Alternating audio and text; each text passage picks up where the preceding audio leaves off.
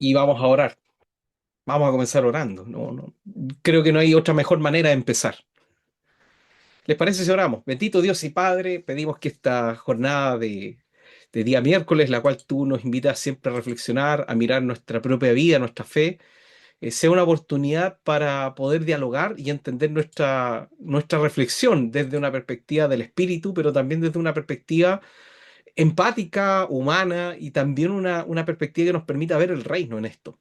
Señor, hay gente que pertenece a distintas congregaciones, pero nos une algo que es en común, que eres tú. Y eso es lo más importante. Entendemos que esa realidad va más allá y es más trascendente que incluso nosotros mismos. Pero también queremos entender que es necesario hoy día un legado y construir una sociedad que también conozca la palabra del Señor, pero que también vea en esa palabra testigos que la viven día a día. O sea, hay una ética, a ser consecuente, es un llamamiento que nosotros hoy día tenemos que comenzar a desarrollar urgentemente en nuestra sociedad.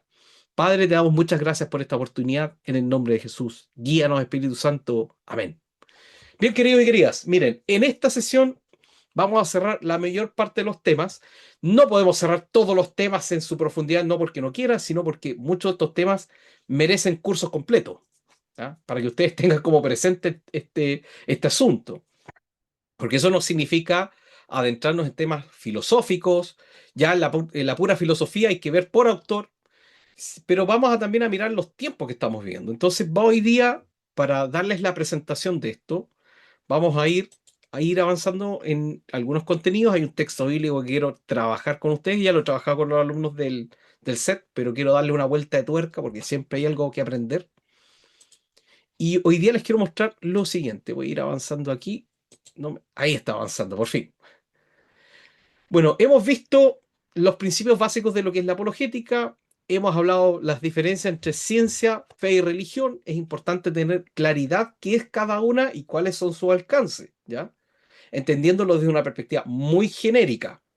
Ahora, también hemos hablado del problema del pentecostalismo en la sociedad, y ahí lo encerré un poco en la fe en el laberinto, porque en el fondo la visión pentecostal, visto desde la perspectiva social, tiene a veces poca claridad, pero cuando tú logras dilucidar algunos conceptos del pentecostalismo en sus orígenes, puedes entender también el porqué de algunas acciones que realizamos en la fe pentecostal. Esta cuestión que se dice, bueno, las iglesias chilenas normalmente se tienen que dividir para crecer. Bueno, hay una explicación social para eso también. No estoy diciendo que se justifica, sino que esa es la realidad que a la iglesia chilena le ha tocado vivir. Con aciertos, con desaciertos, por supuesto que sí. Por supuesto que sí. Hay que entender que nosotros no tenemos un camino donde todo se ha hecho bien. Se han cometido errores garrafales, pero también se han hecho las cosas bien. Y eso hay que destacarlo. Yo siempre me quedo con ese punto. El trabajo en las cárceles, el trabajo en los hospitales, el trabajo en las zonas marginales, no solo de Santiago, sino que en todo el país, la iglesia pentecostal ha tenido un acercamiento muy fuerte. Y eso no lo podemos negar. ¿Y cuál ha sido la premisa? Chile para Cristo, que viene desde los orígenes del avivamiento pentecostal en Chile, acá en Valparaíso, en el año 1909 en adelante, hasta que se forma la primera iglesia pentecostal y después la- aparecen los movimientos que terminan fundando hasta la JH. Entonces, el camino ha sido largo, sí, bastantes cosas que decir, por supuesto, pero el tema está que nosotros, los pentecostales, y voy a hablar también incluso pensando en otros credos como bautista, anglicano, luterano, incluso los metodistas, no estamos insertos en una burbuja, estamos insertos en una sociedad que ha vivido también cambios. Y un poco me voy a enfocar al tema de la posmodernidad, cómo enfrentar el fenómeno de la posmodernidad y uno de sus derivados, que es el nuevo ateísmo. Porque el ateísmo existe desde los griegos, pero el nuevo ateísmo es quizás el desafío que tenemos hoy día como creyentes y cómo debemos de alguna forma presentarnos para entender la realidad de aquellos que no quieren creer y de aquellos que efectivamente no quieren saber nada con la fe cristiana. Entonces, ¿tenemos desafíos? Sí, con el ateísmo moderno. Y en ese sentido hay que entender cómo presentamos a un Dios relevante en una sociedad donde todo parece irrelevante. Y digo parece, porque en realidad no es tan así. Entonces vamos a hacer algunas definiciones rápidamente para que quede en contexto. Por supuesto, ahí estuve leyendo lo que puso también Claudia en el chat. Si ustedes quieren dejar algunos comentarios en el chat, se agradece, porque con esos comentarios yo puedo efectivamente ir también leyendo cómo ustedes comprenden estos temas, que son re interesantes. Entonces, voy a dejar esto, lo voy a dejar por aquí. Ahí lo voy a tener en el chat. Y vamos a ir avanzando un poquitito en esta realidad, ¿ya? Así que está agradecida a la Claudia. Gracias, Claudita, también por participar. También ahí Priscila hizo una pregunta muy buena la sesión anterior, así que me bendijo harto. Si tiene otra, agréguela nomás. ¿M? Entonces, ya, miren lo que vamos a hacer, chiquillos. Lo que pasa con la sociedad que vivimos. Entonces, hoy día tenemos que plantear desafíos que tenemos hoy día en nuestra sociedad. ¿Qué es la posmodernidad? Tenemos que hablar de este concepto de la sospecha, ¿ya? Porque la posmodernidad no nació ayer, no es algo que nació hoy día. La posmodernidad es un concepto que se ha amplificado en estos últimos años y es una cuestión y una realidad que la iglesia enfrenta. Y yo creo que ustedes la enfrentan incluso con sus familias, o sea, sin ir más lejos. Porque la posmodernidad es un fenómeno complejo, amplio y diverso. Entonces nos va a generar una crisis muchas veces, sobre todo cuando lo planteamos con las nuevas generaciones. ¿Ya? Tenemos que decir qué es o cuál es en el fondo el engaño del relativismo. ¿Por qué la relativización de la sociedad también es un peligro? Porque eso nos deja un problema ético-moral que yo creo que hoy día estamos viendo en nuestra sociedad y también en continentes como Europa o en el resto de América. Estamos viendo el efecto del relativismo en una sociedad donde se quita el eje de una verdad absoluta. Y obviamente hay un mito, porque la cultura postmoderna también tiene mitos y hay ideas que también tenemos que destrabar en este concepto que nosotros vamos a llamar la postmodernidad.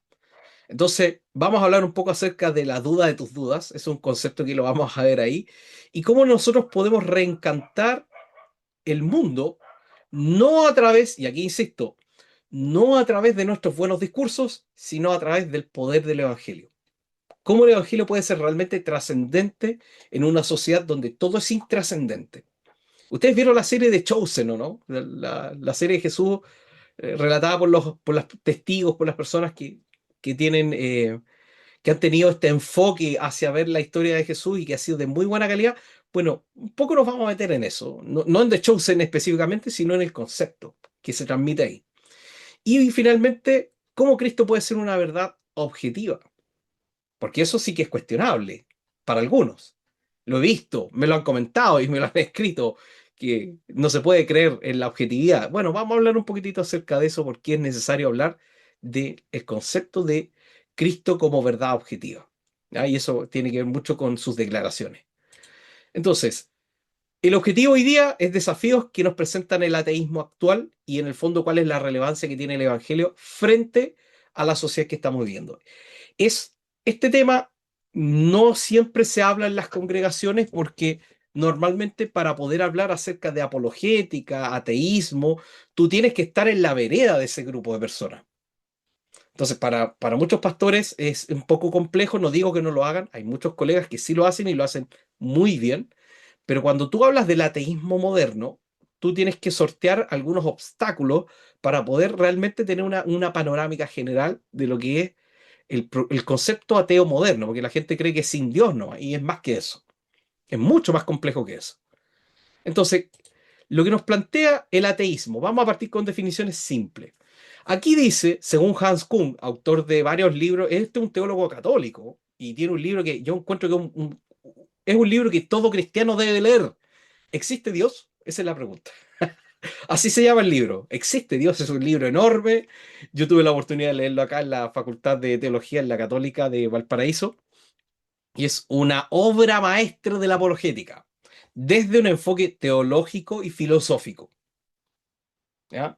Este autor tiene otros textos más, incluso lo cuestionaron en la Iglesia Católica porque dudó de la infalibilidad del Papa. Entonces, tú, tiene varios temas. Hans Kuhn fue un teólogo católico bien polémico, pero uno de sus mejores libros, que yo le he leído por lo menos, ha sido este, porque el autor hace un repaso muy general desde todas las perspectivas que hablan acerca del ateísmo en la filosofía, hasta cuando él vivió, por supuesto, y él establece una respuesta, hace una apología acerca de la fe y una apología también desde una mirada teológica. Es un libro académico de muy buen nivel. Hay que leerlo con mucho tiempo, se los digo desde ya. No lo van a leer en una tarde porque son como 600 y tantas hojas. Entonces, es un libro que hay que leer porque te da las bases para entender conceptos. Y él obviamente hace varias citas. Él dice lo siguiente: el ateísmo se define en el fondo como una negación de la existencia de Dios. O sea, parte de una premisa, el ateísmo clásico. Dios no existe. Nietzsche decía, recuerda lo que decía Nietzsche. Nietzsche decía que Dios, el hombre ha matado a Dios. Dios está muerto.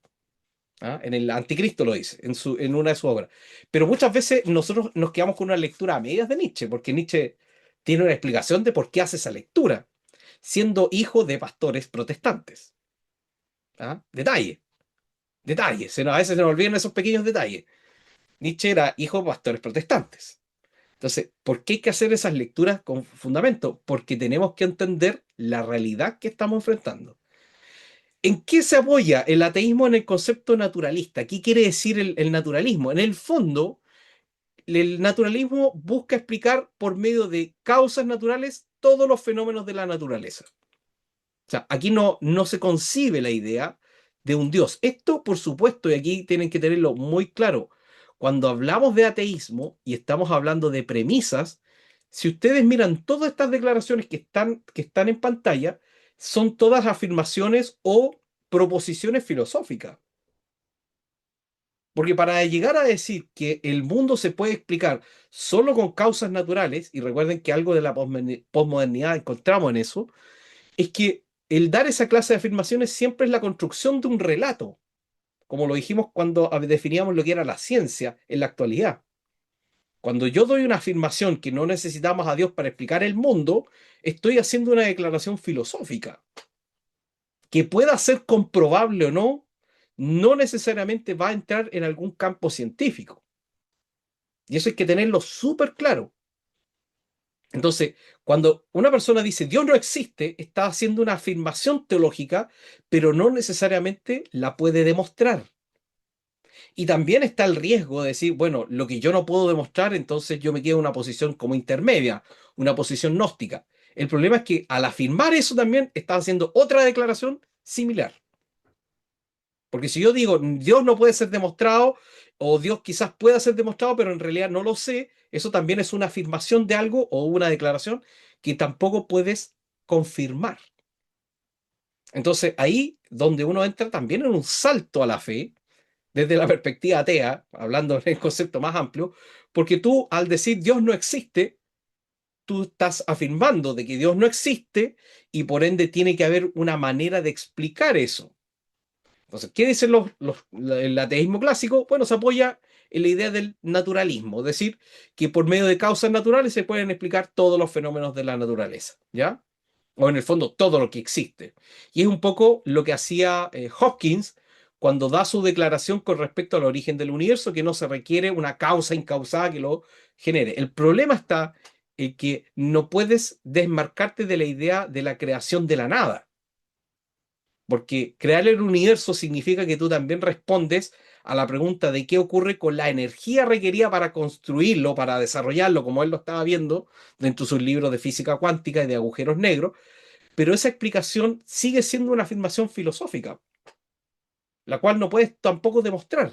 Entonces, hay que tener cuidado con esto, porque a veces nosotros decimos, la ciencia explica todos los fenómenos de la naturaleza. No es tan así, no es tan así, porque hay cosas que no podemos explicar. Y entender esas limitantes no significa que tenemos que optar a la idea del Dios del vacío, al Dios de la zanja. O sea, lo que yo no explico es Dios. Tampoco es caer en eso, porque eso es un error también desde la parte teológica. Porque en el fondo hay explicaciones de fenómenos, pero hay que entender que los distintos tipos de conocimiento que existen en el ámbito de la filosofía, la ciencia, la fe, la psiquiatría, lo que ustedes quieran, todos estos tienen que ser dialogantes para generar conocimiento. Porque yo no puedo definir al ser humano solo como biología, ni puedo definirlo como un conjunto de hormonas, testosterona, proteínas y vitaminas que encarnado puedo explicarlo desde esa perspectiva biológica. No me es suficiente, porque no puedo explicar conceptos como la conciencia. Entonces, hay un fenómeno más complejo, ¿se dan cuenta? Entonces, hoy día necesitamos también, y desde la perspectiva teológica se los digo, el teólogo tiene una función que es explicar desde la revelación todo lo que tiene que ver con el entorno y su propia existencia. Eso para resumirle en pocas palabras lo que es la teología, porque es mucho más complejo. Entonces, desde ese ámbito, nosotros construimos conocimiento, pero el concepto de revelación no quiere decir que Dios solamente se lo dejó a los teólogos. Existe una teología natural que nos permite entender que detrás de todo hay un creador, pero ¿es suficiente para explicar todo? Tampoco. Entonces, por eso, y Jesús hace esas diferencias. Jesús hacía diferencias, por ejemplo, las personas que estaban endemoniadas versus aquellos que enfrentaban alguna enfermedad. Y eso es súper importante entenderlo. ¿Por qué? Porque hoy día con los psiquiatras, con lo que ha avanzado la psicología y otras ciencias, podemos entender que a veces las personas sufren o vienen con enfermedades que le afectan al desarrollo de su mente. Y no es que la persona tuviera demonios o que tuviera alguna clase de espíritu que lo estuviera atormentando. Entendemos que hay diferencias. Y por supuesto la Biblia reconoce que también hay una realidad que es la espiritual, donde efectivamente sí se reconocen el concepto de espíritus, ángeles, demonios, etcétera. Yo sé que eso muchas veces uno dirá, bueno, eso aparece más que nada después de Babilonia, después del exilio, pero el concepto de la teología ha entendido que eso viene incluso desde mucho antes. Entonces, hay una realidad espiritual que no podemos ignorar y la teología la reconoce. La ciencia no tiene cómo estudiar esos fenómenos, el concepto de los milagros, el concepto de lo sobrenatural. Entonces, ¿qué prefieren algunos hacer? Si no lo puedo explicar, lo dejo fuera. Y finalmente ocurre el otro fenómeno importante dentro del ateísmo, que es el materialismo. ¿Qué quiere decir el materialismo? Que en el fondo lo único que yo puedo ver y observar, o mejor dicho, lo que es la realidad, es la materia. Ahora, ¿cómo se explica también fenómenos como la materia oscura o la energía oscura? Ahí entramos en un problema que hasta la física cuántica no logra responder correctamente. ¿Ya? Entonces, pero si ustedes se dan cuenta, el ateísmo clásico son declaraciones siempre filosóficas. Yo me hago la pregunta inmediata, ¿puedo explicar el mundo solamente a través de una concepción materialista o naturalista? ¿Es suficiente? Somos un conjunto de proteínas agrupadas bajo cadenas de ADN que en el fondo vivimos una vida de 70 años, en el mejor de los casos, 80 años, y después morimos y termina esto en nada. ¿Basta para explicar o justificar esa existencia? Entonces, la ciencia puede darte respuestas de por qué vivimos hasta los 70, 80 años, pero no te puede responder la pregunta anterior, ¿de dónde surge la vida? ¿Para qué es la vida? ¿Por qué la vida? Entonces, si esas preguntas no se incorporan en el conocimiento científico, por supuesto que la ciencia va a responder de acuerdo a su campo de investigación, pero hay preguntas que se requieren abordar desde más de un área de conocimiento. ¿Ya? Entonces hay que tenerlo súper presente porque a veces se comete también otro error. Buscamos en la Biblia respuestas científicas cuando la Biblia no está pensada en un libro de ciencia moderna. Hay que tener eso muy claro. No es que le estemos quitando el lugar a la escritura. La escritura para mí es la revelación del Señor y tiene el lugar preponderante por sobre todas las cosas. Pero cuando los autores escribieron, yo entiendo que no tenían siquiera una idea de lo que íbamos a hablar hoy día como ciencia moderna. No le puedo pedir a Isaías que veas cuando escribe sus profecías acerca del Mesías, que ni él mismo quizás se dio cuenta o no lo tenía con claridad, estaba viendo que Jesús iba a nacer entre el año 3-6 de la era moderna y que además Jesús iba a morir entre el año 33 y 36, un día viernes a las 3:15 de la tarde. Ni siquiera tenían el mismo calendario. Entonces, tener esa claridad nos ayuda también a descansar en lo que a veces pueden parecer incongruencias de la escritura, porque en realidad no lo hace. La escritura no nos presenta de incongruencias, nos contextualiza. Y esas cuestiones son de hermenéutica básica. ¿Ya? Entonces, el ateísmo parte de presupuestos filosóficos, eso no lo podemos ignorar. ¿Qué más hace el ateísmo? Bueno, existen dos variantes del ateísmo, ¿ya? Y aquí aparece un autor que quizás algunos de ustedes escucharon hace unos años atrás, que fue el filósofo Anthony Flew. Anthony Flew fue el ateo más destacado del siglo XX. Pero curiosamente, estas son las cosas de la vida, ¿ya? Curiosamente, antes de su conversión al teísmo, él no se hizo cristiano. Él dijo, reconozco que hay un Dios. Eso fue su conclusión en uno de sus últimos libros.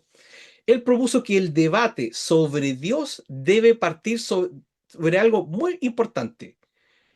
Hay que, hay que tener la presunción de que Él no existe. O sea, Anthony Flew basó la mayor parte de todo su trabajo en una declaración para construir todo un concepto de ateo que gobernó por gran parte del siglo XX. ¿Ya? Entonces, ¿qué es lo que hace esto? Traslada la carga de la prueba solamente al creyente.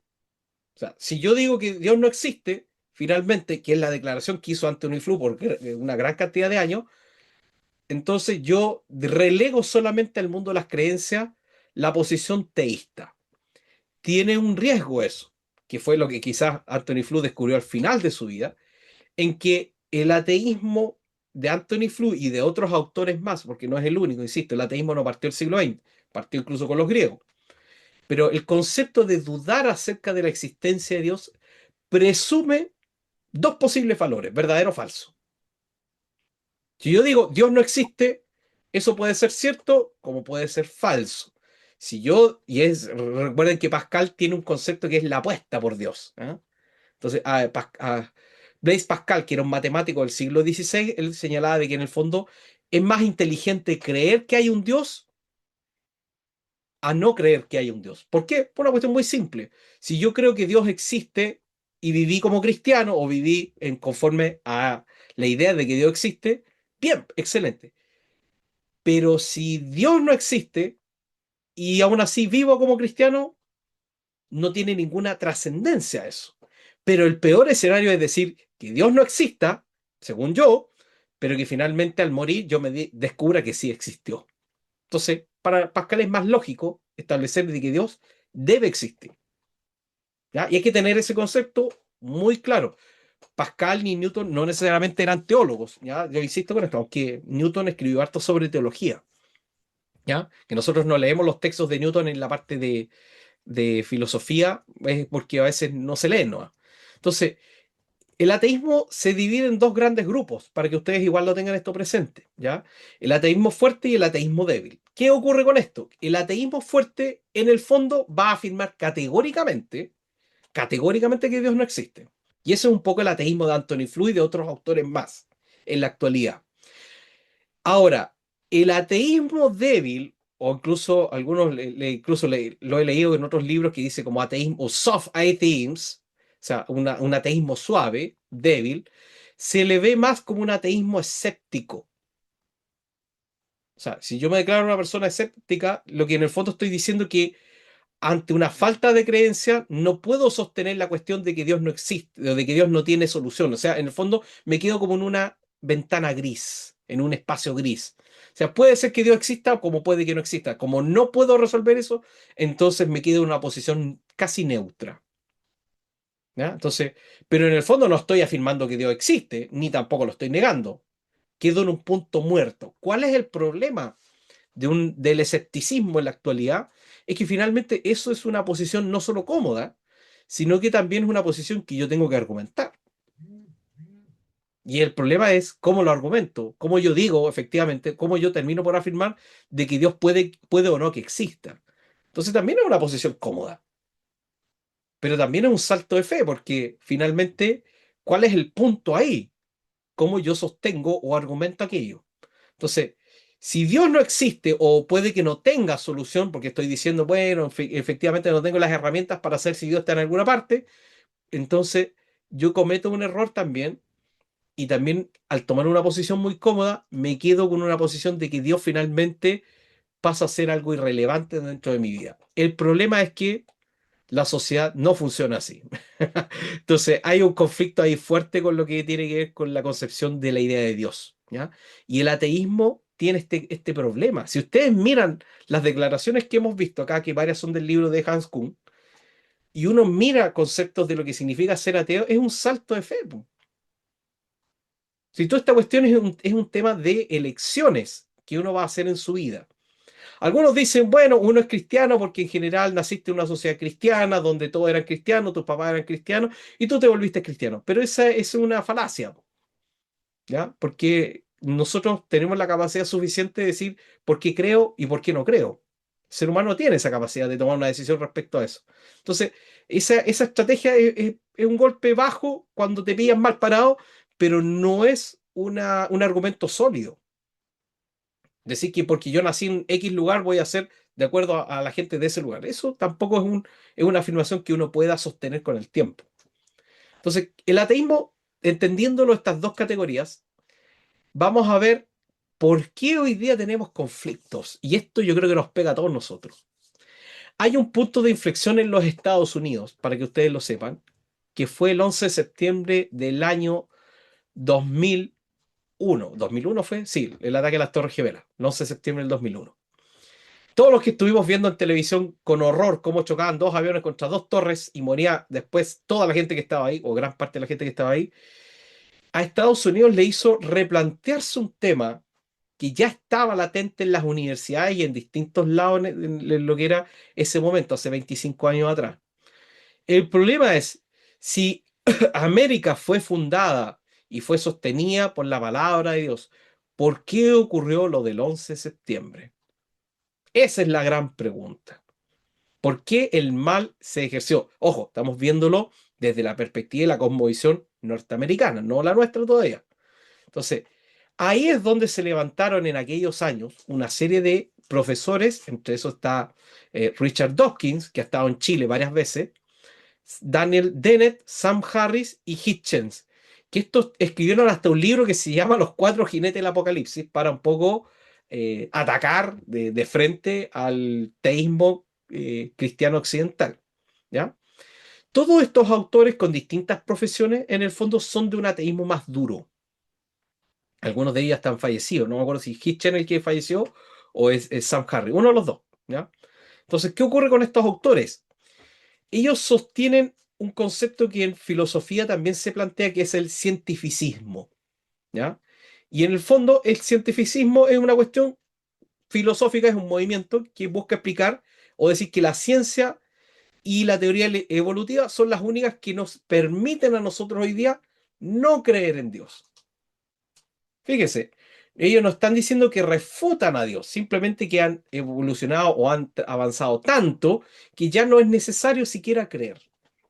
Es una posición interesante, porque efectivamente lo que ha hecho la teoría de la evolución, y aquí le insisto, aquí hay que leer más que el origen de las especies de Darwin.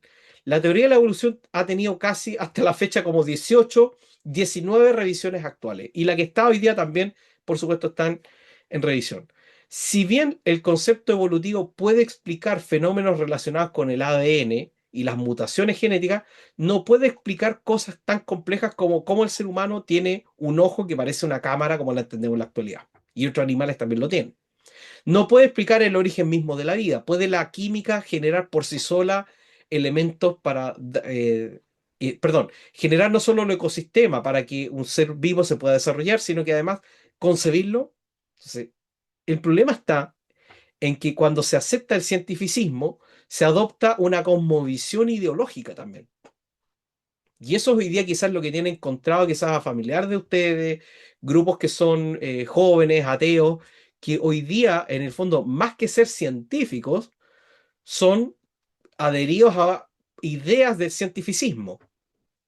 Porque la pregunta legítima es, ¿por qué la ciencia puede tomarse la libertad de afirmar o no el concepto de Dios?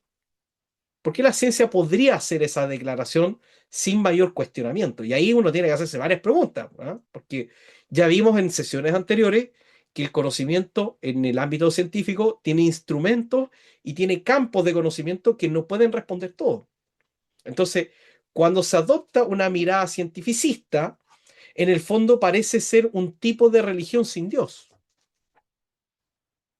Y ese es el problema, que hoy día nuestros jóvenes en nuestras congregaciones están viviendo el conflicto de enfrentar conceptos que son más ideológicos y filosóficos como una concepción de que eso es ciencia, cuando la ciencia se define como algo mucho más complejo en la actualidad.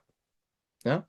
Entonces, el problema está que hoy día también nuestros jóvenes, al no tener herramientas, y me refiero a jóvenes no solamente nosotros, que somos jóvenes siempre, ¿ah? Sino que tiene que ver con la idea de que nosotros también, quizás porque en nuestras congregaciones o nuestros espacios de fe no teníamos herramientas para esto. Y por eso quizás ustedes vieron que las generaciones, yo voy a hablar de las generaciones, pensemos en los años 70, 80 y 90, los que eran jóvenes en ese entonces, los 2000, muchos se fueron de las congregaciones al entrar a la educación superior. Los que pudieron hacerlo, por supuesto. Los que pudieron, porque por supuesto en Chile el contexto era muy distinto a como es hoy día. Entonces, el valor de la fe tenía una posición relevante en aquellos años, pero a medida que los jóvenes y las nuevas generaciones entraron a la educación superior, pareciera que eso empezó a bajar. También tiene que ver con una cuestión con el materialismo actual, el sistema económico, y eso también tiene una explicación. Pero en el fondo, lo que hacen estos autores, que disfrazan muchas veces esto de ciencia o de filosofía de la ciencia, en el fondo es un movimiento que busca, en el fondo, dar explicaciones al mundo a través de ciertos postulados filosóficos. En el fondo, si partimos con la idea de que Dios no existe y quiero explicar el mundo, voy a construir toda una cosmovisión para poder dar esa explicación. La pregunta que uno se tiene que hacer, incluso como creyentes, ¿es suficiente esas declaraciones para afirmar de que Dios no existe? Y segundo, si yo afirmo que Dios no existe, ¿es suficiente para explicar el origen de la vida y el origen del mundo? No. Entonces, ¿es necesario descartar la idea de Dios a priori? Tampoco. Y ese es quizás el error grande porque no hay mayor cuestionamiento. Ahora, ustedes quizás han escuchado un término que hasta en las redes sociales se ocupa con respecto a los creyentes, que en algunos lados nos dicen los aleluyos. ¿Lo han escuchado? ¿Ah? ¿A ustedes le han dicho aleluyo? Oye, aleluyo. ¿Ah? Ya. Esos conceptos vienen de estos movimientos neoateístas. Ese concepto de la burla, el sarcasmo duro. El meme lo creó Richard Dawkins, el concepto de meme. No fuimos nosotros. Entonces, el humor sarcástico, esta idea de reírse del canuterío, por así decirlo, como decimos acá en Chile, o de los cristianos fundamentalistas, ellos apuntan mayormente su literatura a ese sector de personas. Ahora, William Lane Craig, que quizás ustedes lo han escuchado nombrar, un apologista, pero de renombre, él ha tenido encuentros con Dawkins. Hay un debate súper interesante en internet disponible. Yo el otro día vi que estaba disponible en YouTube, que ustedes lo pueden buscar. Y William Lane Craig hace una apología extraordinaria. Tiene un ministerio extraordinario con respecto a esto. Entonces, el problema está que cuando miramos el ateísmo moderno, pensamos que esto es algo como que busca solamente atacar a los cristianos y no es tan así. Es más complejo todavía. Entonces, hasta acá, pregunto ahí si quieren me lo dejan en el chat, porque aquí tengo el chat al lado. ¿Mm? ¿Lo habían visto así? ¿Lo conocían de esta manera? ¿O más o menos? Por último, déjenme ahí un comentario en el chat y los leo mientras vamos avanzando. Porque esto hay que tenerlo muy claro para entender también la sociedad en la que vivimos. Sigo avanzando. Entonces, ¿cuáles son uno de los problemas del ateísmo moderno? El problema es la incoherencia moral.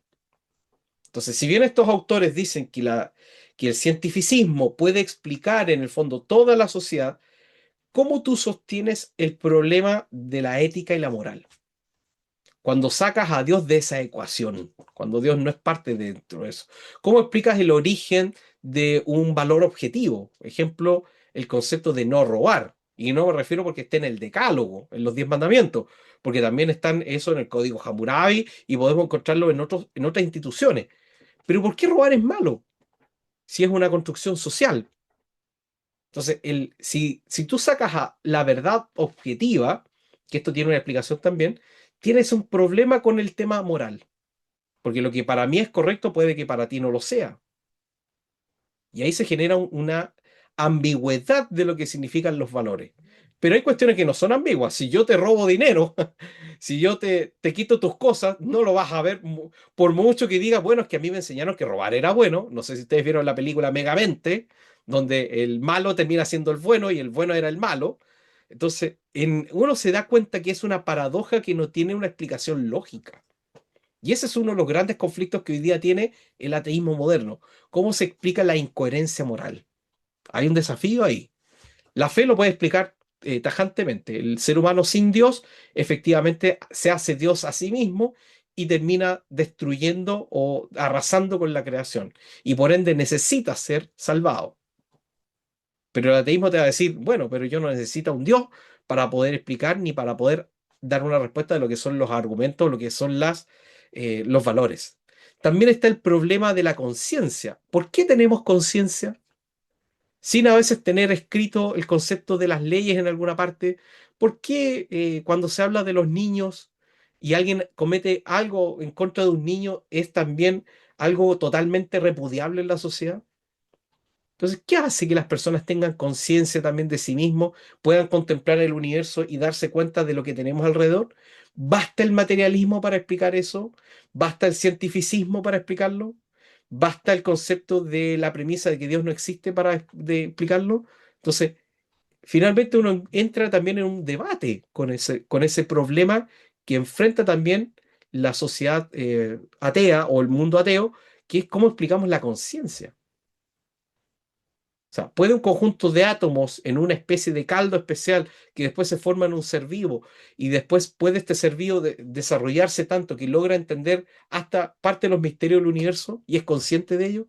¿Qué nos hace ser conscientes? Yo sé que eso lo puede responder mucho mejor un psicólogo y un psiquiatra que yo, ¿ya? Pero entonces, ¿es descartable la idea de un Dios solamente porque yo digo que no existe? Podríamos decir lo mismo de la conciencia. La conciencia no existe, es una construcción de un conjunto de elementos y reacciones químicas, pero ¿basta en realidad eso para explicar la conciencia? Porque ¿en qué nos diferenciamos nosotros de otras especies? Y ahí entramos en un debate complejo. Entonces, ahí es donde yo creo que existe una intervención que tiene que ver con cómo Dios también nos permite la conciencia, también es parte del Imago Dei, para poder explicar esta realidad. No quiere decir con esto que no lo vamos a investigar aún más. Yo creo que todavía la teología tiene un trabajo enorme en áreas como la neurociencia, la psicología, la psiquiatría, que pueden aportar junto con la teología a dar una respuesta más completa de lo que es la conciencia. Pero ese trabajo yo creo que todavía está en desarrollo. Porque hoy día estamos hablando de temas como la inclusión, entiéndase la inclusión de cuando nos damos cuenta de que personas tienen distintas condiciones neurocognitivas y por ende, cuando yo predico la palabra o tengo el desafío de enseñar algo en la iglesia y las personas no todas aprenden de la misma manera, tengo que buscar maneras para que éstas aprendan. Es una realidad y no lo podemos negar. ¿Por qué? Porque hoy día hay estudios que respaldan eso. ¿Tenemos todas las respuestas? Yo me atrevo a decir que todavía no. Entonces ahí necesitamos gente que haga teología y que también se especialice. Vaya un paso más allá, que investigue lo que es temas, la neurociencia, profundice en temas científicos relacionados con el estudio de la mente y el conocimiento, pero nos falta gente. Ahora, ¿cuál es el problema del ateísmo moderno? Que no puede explicar bien el concepto de la conciencia. Lo deja una cuestión de reacciones químicas o algo material. Y no es necesariamente esa una explicación justificada en toda su plenitud. Y el último grande y gran problema que tiene que simplemente es una fe puesta en el lugar equivocado. Para creer que Dios no existe es porque he podido ser capaz de tomar una posición y he dado el salto, entre comillas, a que Dios no existe. Pero ello no quiere decir que esté bien fundamentado. Entonces ahí a veces hay un problema. Con esto no subestimemos sí a las personas ateas. Hay gente muy instruida, muy preparada y que puede incluso un creyente que no está muy afirmado con sus creencias, puede darlo vuelta, en el buen sentido de la palabra, o sea, puede hacerlo dudar de su fe. Pero no solamente eso, el ateísmo moderno también tiene un problema grave para nosotros los creyentes, que es que rechaza de plano el concepto de los milagros. ¿Por qué? Porque desde una cosmovisión materialista, los milagros no tienen una explicación sobrenatural, sino que incluso uno podría llegar, si es que quisiera creer en la idea de un milagro, que en el fondo eso tiene una explicación natural y que puede tener una explicación o una causa en cuestiones naturales para poder entenderse. ¿Cuál es el problema? ¿Cuál es el problema de esto? que hay incompatibilidad muchas veces entre las leyes científicas y lo que nosotros entendemos como milagro. Ejemplo de esto, cuando Jesús sana al hombre de la mano seca o al manco, hay una reconstrucción de tejido. Uno podría entender que eso fue un trabajo de células madre y que quizás esto se puede replicar en un laboratorio y se podría quizás llegar en algún momento a reconstruir la mano de una persona que la perdió hace un determinado tiempo. ¿Cómo lo hacemos en los tiempos de Jesús? Que no había ciencia moderna, no habían microscopios, no había absolutamente nada. Y el hombre fue sanado y restaurado completamente su mano. O la sanidad de los ciegos, de los que aquellos que, los 10 que aparecen delante de Jesús, también los leprosos que son sanados. ¿Cómo lo explicamos hace más de 2000 años cuando los conceptos de ciencia no existían? Entonces ahí es un problema cuando nosotros queremos rechazar los milagros. Pero para este gran problema, normalmente se toma la posición de un filósofo que también era ateo, que era Hume, que él dice que la experiencia uniforme de la humanidad a favor de las leyes naturales siempre pesa más que el testimonio de un milagro. En el fondo, la opinión de la mayoría es más que la opinión de una sola persona. Entonces, como la mayoría no cree en los milagros, ojo, esta es la afirmación de Hume, la afirmación de Hume, como la mayoría no creía en los milagros, entonces que una persona diga que tuvo un milagro es mentira. La persona está mintiendo, no sé, tuvo un trastoque ahí, algo le ocurrió que en el fondo está dando una declaración que no corresponde. Entonces, ¿cuál es el problema de esto o de estas declaraciones? Y aquí les pregunto a ustedes que son creyentes. ¿La opinión de la mayoría siempre es la que termina imponiéndose en las sociedades? ¿Vale siempre la opinión? ¿Es la opinión de la mayoría suficiente? Porque si fuera por eso, entonces en la Alemania del tiempo de la guerra podríamos haber justificado perfectamente el envío de judíos a campos de concentración o la discriminación de los negros en Estados Unidos por causa del racismo, que incluso se justificaba hasta la esclavitud desde esa perspectiva. Entonces, no basta solamente pensar que la humanidad, por el hecho de creer que está a favor de leyes naturales, significa que podemos comprar, entre comillas, sus conciencias y no hacer ver puntos de vista distintos. Ahora, partir desde esa perspectiva es cómodo, porque yo digo, en el fondo, la mayoría no cree, entonces no tienen para qué creer.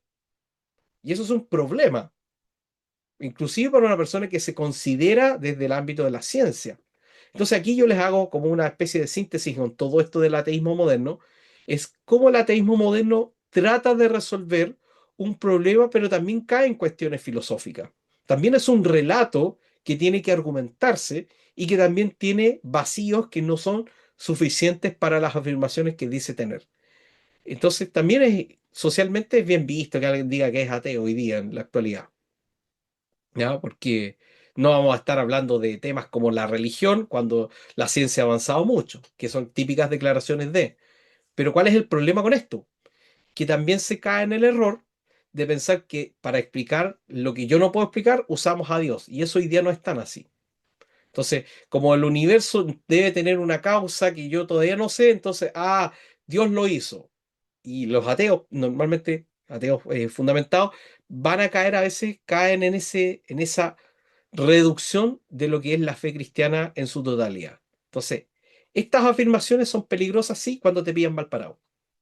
Entonces, cuando tú quieres estudiar este tema en detalle, en profundidad, quieres ir un paso más allá, por supuesto que hay que considerar los argumentos de Hume, ¿ya?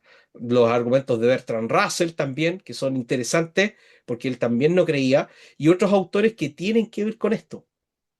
Pero basta solamente rechazar los milagros porque sí, pensando que hay una explicación natural. Eso es una construcción de un relato que en el fondo tiene un origen. Y ese origen normalmente es, me acuerdo siempre esta escena de la Guerra de las Galaxias. Perdonen que le diga Guerra de las Galaxias. A mí me enseñaron así, pero en realidad hoy día le dicen todo Star Wars. ¿Ya? Los que vieron Una Nueva Esperanza, o que fueron tan pecadores como yo que vimos estas películas, ustedes se darán cuenta que hay una escena donde se me olvidó el nombre del actor que está ahí. Cuestiona a Darth Vader con el uso de la fuerza. Y Darth Vader lo empieza a ahorcar con la fuerza y le da esta frase que es maravillosa. Dice, esa falta de fe tuya me parece inquietante. ¿Ya? Recuerda esta escena. ¿Ah? Es muy entretenida, la pueden hasta buscar en internet. Entonces, finalmente, Darth Vader lo suelta. ¿Y qué quiero ir con esto? Que muchas veces, tanto ateos como creyentes actuamos de la misma manera cuando tenemos que hablar acerca de nuestras creencias. Entonces, cuando la gente no cree en Dios y te lo dice, esta gente es una manga de ignorantes, son una gente que no tiene ningún sentido de fe. A veces actuamos más como Darth Vader. Y se nos olvida que en el fondo, nuestra actitud dice mucho de quiénes somos como creyentes. O sea, ahí les dejo la escena para que después la repasen. Si quieren buscar la película y quieren verla, y quieren ver la trilogía de Star Wars original, véanla. ¿Ya? Porque esta es la versión de 1977, no las versiones actuales. Entonces, hay una realidad que no podemos ignorar. No podemos. O sea, si somos creyentes, a veces actuamos de esa manera, al estilo Darth Vader, pero también desde el ateísmo se actúa de la misma forma. Entonces hay una cuestión actitudinal que en los dos lados existe. ¿Cómo se resuelve eso? Y aquí me voy a soltar algunas cositas. Todo nace con el conflicto de la modernidad. Y aquí es donde quizás ustedes van a empezar a hilar las cosas ya entre el ateísmo, lo que hemos dicho sobre el tema de fe, lo que habló el pastor Eduardo Rojas previamente, y vamos a empezar a hilar esta cuestión. Cuando llega el siglo XX, estamos hablando finales del siglo XIX, 1890 en adelante, inclusive yo me diría antes, el siglo XX marcaba una idea de progreso, una idea de que a través de la ciencia y el desarrollo de la sociedad nosotros lograríamos el éxito y lograríamos superar al ser humano. Muy a la idea de Nietzsche, esta idea del superhombre, que en el fondo es igual una sátira que hace Nietzsche a la sociedad de su tiempo. Entonces, como el ser humano iba en el desarrollo pleno de la humanidad y a principios del siglo XX, a pesar de que estaban los conflictos y los aires caldeados en Europa, a pesar de todo eso, ya esta idea de verdad absoluta iba viento en popa. O sea, el progreso, la ciencia nos va a llevar al éxito. Muy bien. Pero fracasa esta sociedad moderna. Entonces hay fracturas. Y tienen dos nombres en la actualidad. Primera y Segunda Guerra Mundial. Tanto era el progreso de la humanidad que finalmente caímos en dos guerras mundiales que llevaron a la muerte de millones de seres humanos, sin considerar las hambrunas, lo que ocurrió entre guerras, las crisis económicas. Ustedes saben que la crisis del 29 fue también resultado de la Primera Guerra Mundial, y esto hizo que nuevamente los seres humanos tomasen las armas y durante 6 años estuvimos en una Segunda Guerra Mundial que hoy día hasta este momento tiene impacto en cómo nosotros vemos la sociedad, porque después de esto vino la Guerra Fría. Genocidios. Uso de la ciencia para crear armas. En la Primera Guerra Mundial se creó el gas mostaza, un arma química. En la Segunda Guerra Mundial tenemos las dos bombas atómicas, Hiroshima y Nagasaki, con más de 200.000 muertos en un instante, y las secuelas de la guerra de por vida para Japón. Tenemos los gulag en los países cerrados de la cortina de hierro, los famosos campos de concentración, que supuestamente los movimientos socialistas soviéticos iban a traer la prosperidad a una Rusia decadente, que venía saliendo también de una Segunda Guerra Mundial victorioso, pero que nuevamente caen en un conflicto serio. Esto es mirar la historia, ¿no? No es abanderarse ni por un lado ni por otro lado político. Es entender lo que ocurrió. ¿Qué llevó esto a nuestra sociedad, queridos y queridas? Y ustedes que son creyentes, recordando lo que también nos habló el pastor Eduardo Rojas, al ver que la ciencia fracasa con su idea de progreso, entonces el cuestionamiento humano es el siguiente. Entonces la idea de verdad absoluta no existe. Es un concepto entre varios. Y es ahí donde aparecen dos autores muy importantes para la posmodernidad, que es Gianni Vattimo y Lyotard, que son autores que trabajan el tema de la estética en la filosofía, y ellos dicen hay que sospechar de las metanarrativas. Bueno, dirá, ¿qué es eso de las metanarrativas? Muy simple. Todo aquel discurso que habla acerca de una verdad absoluta, yo lo tengo que poner en duda. ¿Por qué? Porque esos discursos fracasaron. Y entre eso está la religión. Cristiana, occidental, todas las religiones entran dentro de esta misma bolsa para gatos. El gato adentro de la bolsa. Entonces ya no hay una verdad absoluta, sino que la verdad se vuelve algo flexible, como decía el pastor Eduardo Roja, una verdad líquida, algo que se escurre, algo que no tiene una forma definida, es acomodaticio, es subjetivo. Entonces ya no hay una verdad absoluta. Jesús afirma ser Dios. No, eso es una verdad que declaró quizás alguien llamado Jesús, pero otros también han afirmado ser la verdad. Y con eso se empieza a degradar el relato de la verdad absoluta y por ende ya no hay ninguna verdad que pueda tomarse el monopolio de afirmar ser lo que es. Y ahí es donde aparece el concepto que para muchos de nosotros lo vivimos al día a día. Esta es tu opinión y esta es la mía y son igualmente respetables. ¿Han escuchado esas declaraciones? ¿La han escuchado? Yo creo que sí. ¿Ah? Entonces, es un problema para nosotros esto. Porque finalmente, si decimos que Jesús es el camino, la verdad y la vida, entonces una persona mirándolo desde la perspectiva de la posmodernidad te va a decir, sí, pero esa es tu verdad, no la mía. Y ahí empezamos con un conflicto, porque ustedes dirán, ya, pero esto ocurre en algunas sociedades, hay mundos, en mundos evangélicos donde todavía están en la modernidad. Sí, hay gente que todavía está en la modernidad y luchando con los grandes discursos todavía. Entonces, no es que la posmodernidad arrasó con la modernidad, no, se van solapando entre sí estos conceptos sociales, filosóficos. En la universidad, por supuesto, te van a hablar de conceptos posmodernos, y esto tiene efectos graves para el mundo cristiano, porque en el fondo se ven fracturas también del movimiento cristiano en su totalidad. Si yo digo que mi verdad es importante y es relevante, y la verdad del otro también, lo cual puede parecer una idea bonita y agradable, pero así también podríamos llegar a justificar lo injustificable, que los genocidios también son legítimos porque con eso, al eliminar personas, nosotros podemos justificar la necesidad de incrementar los recursos. Entonces, es un problema, es un problema. Entonces, el problema de la posmodernidad es justamente esa fragmentación que también lleva a una fragmentación social.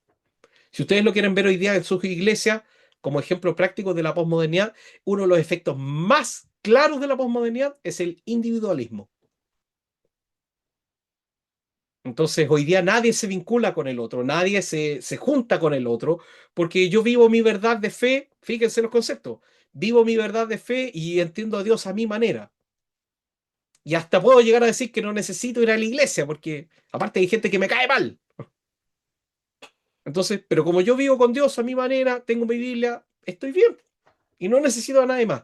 Eso es efecto de la posmodernidad, como discurso, como ejercicio filosófico. Entonces, ¿es un problema para nosotros? Sí, porque Cristo llama a su iglesia. Y si Cristo llama a su iglesia, no está hablando de que cada uno esté por su lado en islas separadas, sino que estemos en un sentido de comunidad. Y ahí tenemos un conflicto con la posmodernidad. Ahora, ¿es todo malo en la posmodernidad? ¿Es todo pecado y todo tenemos que cerrar las puertas y las ventanas de nuestras casas a todo lo que diga posmodernidad? No, porque dentro del efecto de la posmodernidad, también dentro de estos grandes relatos que tomaban el monopolio de lo absoluto, habían discursos terroríficos. Entonces, por ejemplo, y no es que me quiera meter en un lado progresista, por favor, entiéndase con altura de miras lo que estoy diciendo. Muchos de estos discursos no permitían que las mujeres votaran. Y eso se cambió. Efecto de lo posmoderno, en parte sí. ¿Por qué? Porque se cuestionó la idea de que el hombre es la cabeza, que solamente él puede tomar las decisiones. Se cuestionó eso. Efectos de esto a largo plazo, llegamos al extremismo. Porque el extremismo radical en los movimientos posmodernos, influenciados también por la política de turno y la ideología de turno, tienen efecto en la sociedad. Entonces, ¿es malo todo la posmodernidad? No, pero hay matices que la posmodernidad efectivamente también muestra efectos negativos. Ahora, la posmodernidad como discurso va en contra totalmente de la fe, tampoco. Lo que pasa es que es un efecto de la modernidad lo que ocurre con lo posmoderno. Si las grandes verdades no me dieron las respuestas, ¿por qué debería buscarlas? Y ahí es donde creo que la posmodernidad le ofrece a la fe la oportunidad para hablar de Jesucristo. Ahí yo creo que sí hay una oportunidad. Entonces, No estoy diciendo que ustedes tienen que ser posmodernos y hay que releer las cosas, y no tiene que ver con eso, nada que ver. Sino es entender que los efectos de la posmodernidad también están en nuestras congregaciones y nosotros a veces no lo queremos reconocer. El individualismo extremo, la idea de que yo no me vinculo con el otro, además de los efectos pandemia y otras cuestiones sociales que también inciden en esta realidad. Entonces, la idea de que yo no me vinculo con el otro en ningún sentido es efecto de la posmodernidad. Y no podemos hacernos, como se dice, los locos con esta idea. Tenemos que mirar esto con altura de mira y decir, bueno, ¿qué alternativa existe para poder responder a esta sociedad que hoy día no quiere volver a escuchar a Dios y a un Dios relevante? Entonces, hay que reconstruir también una identidad. Y esto nos pone un desafío a nosotros los creyentes. ¿De qué manera estamos viviendo nuestra fe y de qué manera nosotros como creyentes estamos viviendo en nuestro entorno para que la gente vea a Jesucristo y no vea tanto los efectos de la posmodernidad en mi vida? O sea, yo actúo de la misma manera como alguien egoísta que busca solamente el ego y el desarrollo personal a costa de cualquier cosa, o realmente están viendo un discípulo, alguien que busca con errores, aciertos y todas las luchas que tenemos todos los días, pero alguien que intenta ser discípulo de Jesús. Y yo les he dicho, la mejor Biblia que alguien va a leer en su vida, o quizás la única, va a ser el testimonio de vida de cada uno de nosotros. No va a ser otro, no va a ser otra instancia. Entonces, cuando las personas tienen esta mirada de la fe, que no importa, yo tengo mis creencias y lo demás no importa, también es un error, es un riesgo. Eso también se podría considerar como efectos de la posmodernidad y de la posverdad. Aquí eso es otro fenómeno más. ¿Ah? O sea, la verdad después de la verdad. Que también existe dentro de la sociedad y es un tema que se está estudiando hoy día en la actualidad. Pero los efectos de la posmodernidad están presentes. El hecho de que yo desarticule la idea de una gran verdad absoluta ya te genera consecuencias y una especie de fragmentación incluso social. Si esto no es algo que nació ayer, esto es algo que viene años concibiéndose y tenemos que abordarlo. ¿Qué más tenemos entonces? Como yo digo que no hay verdades absolutas y también que existe esta idea de la no contradicción, es decir, que todas las opiniones son igualmente respetables, también corre un riesgo. Porque si yo digo, insisto, si yo insisto de que hay personas que su opinión es igual de legítima, pero no considero los argumentos detrás de su opinión, puedo llegar a justificar nuevamente la esclavitud. Porque puede sonar como una buena idea para abaratar costos en economía, por supuesto, la esclavitud es el método por excelencia, pero hoy día entendemos que eso no es viable. Entonces, el problema de relativizar todo es que finalmente no tiene fundamento para afirmar que no. El hecho de que yo diga no hay verdad absoluta también es una afirmación universal. Ya es un problema. Y eso es un conflicto que también el ateísmo toma como caballito de batalla para poder enfrentar lo que estamos viviendo hoy día. ¿Se entiende hasta ahí?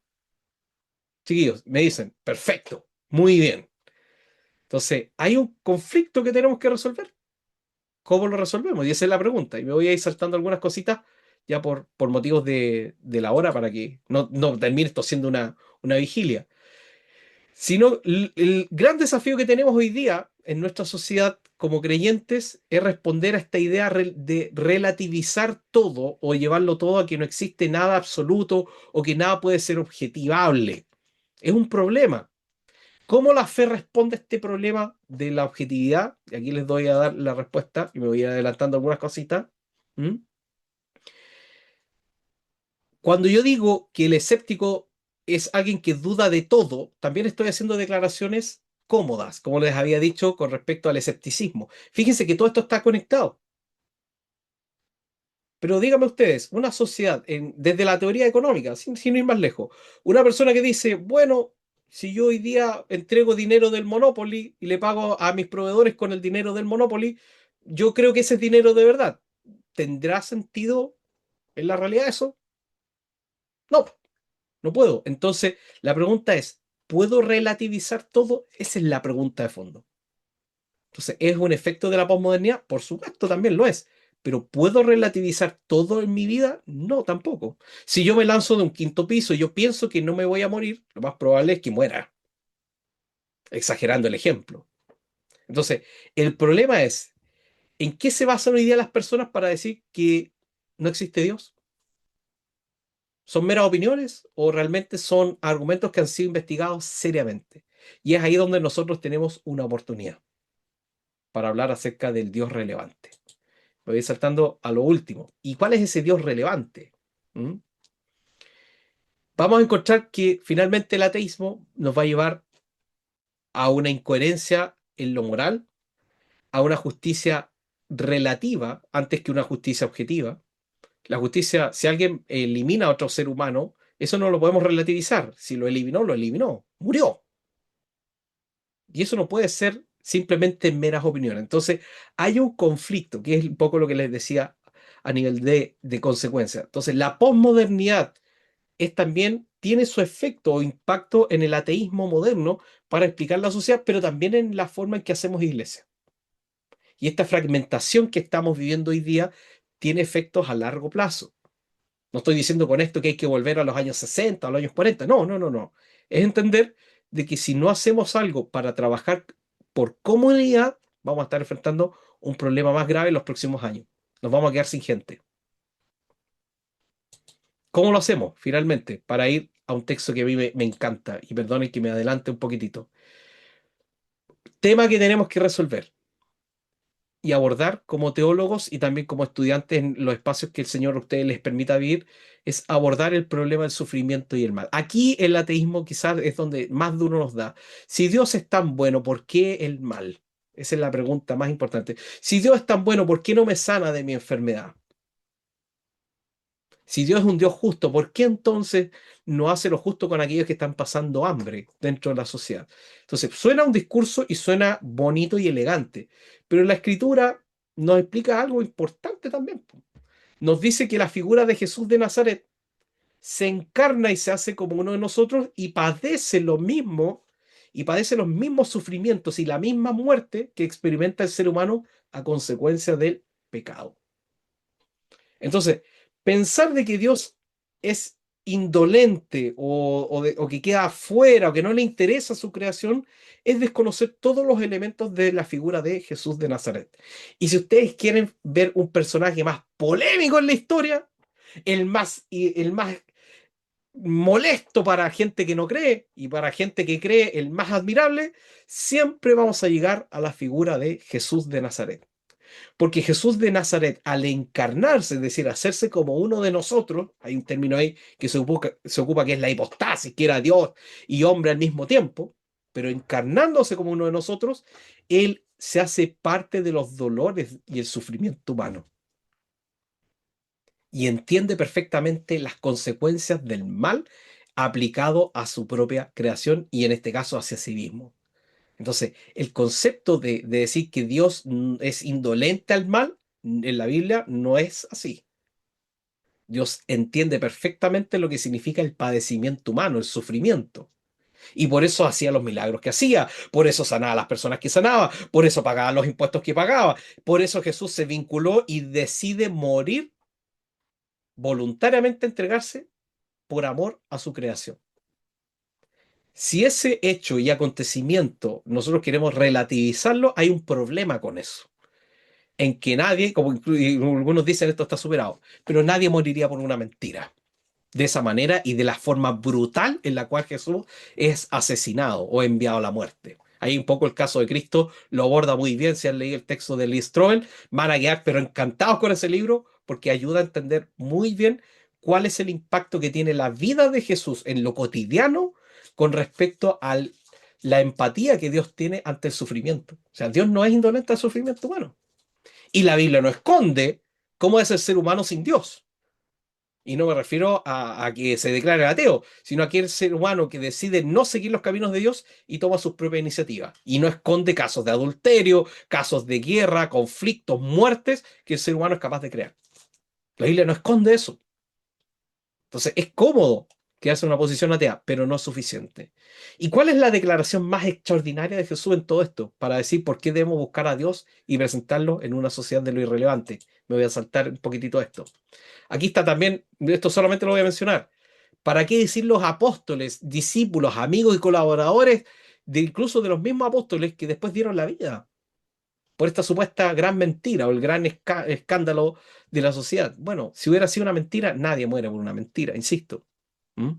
Ni siquiera, aunque hubiera estado equivocado, porque en realidad Jesús no estaba equivocado.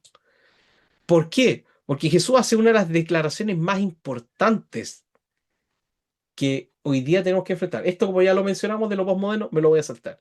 Y es esta declaración, que ustedes la van a encontrar en Juan 14:6.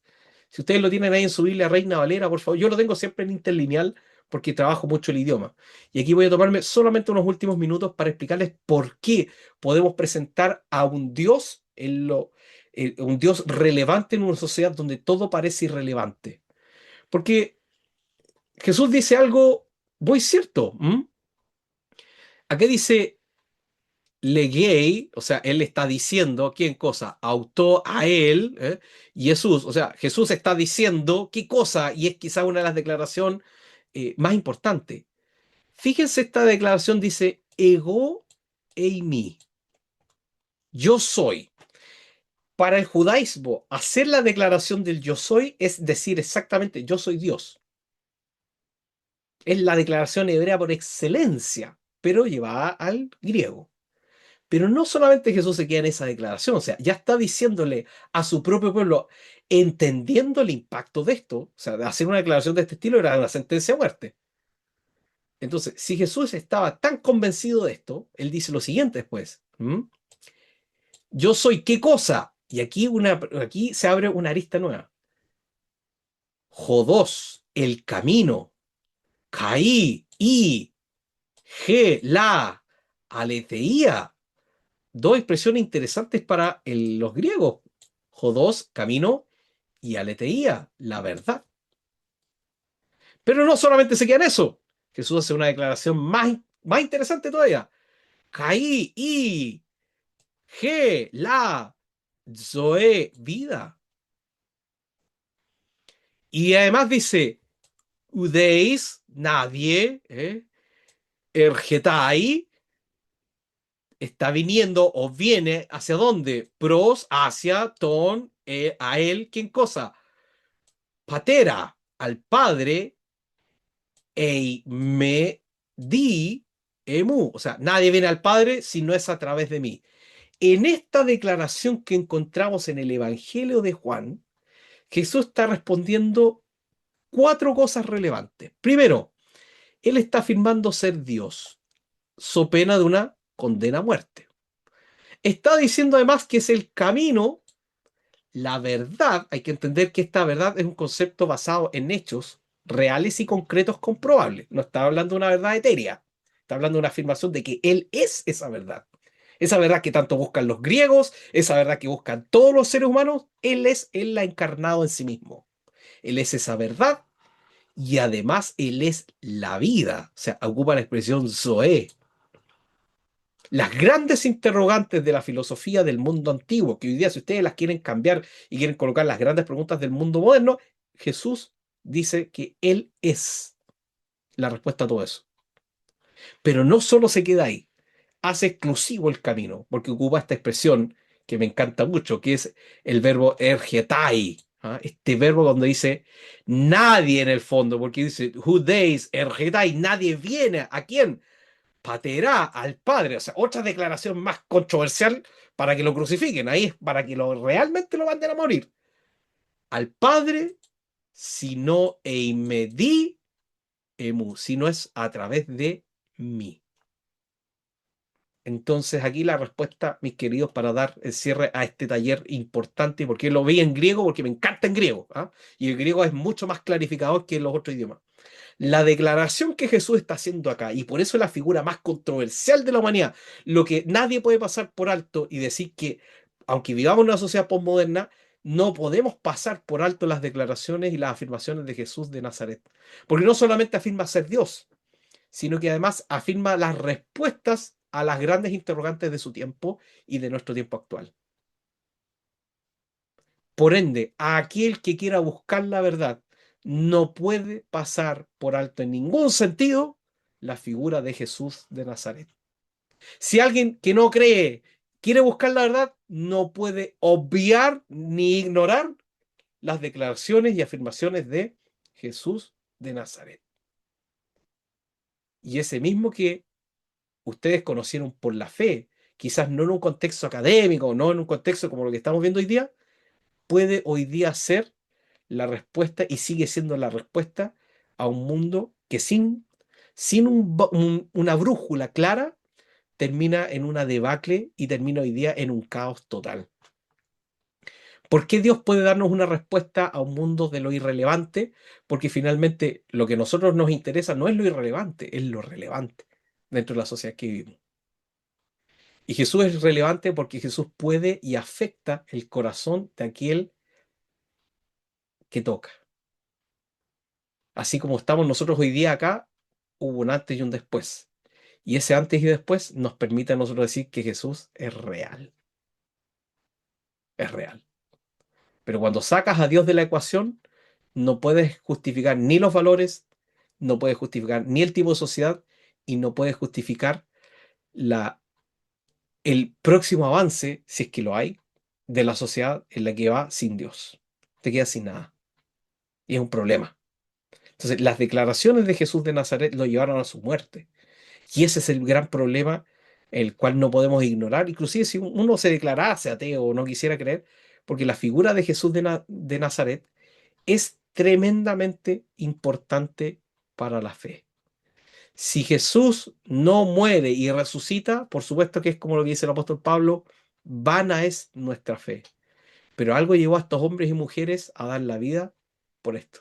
Entonces, cuando ustedes estudian la vida de Jesús de Nazaret, y por eso es importante estudiar el griego también, o el hebreo en su contexto, es entender que las declaraciones afirman verdades que aquí llevaron a aquellos a dar la vida.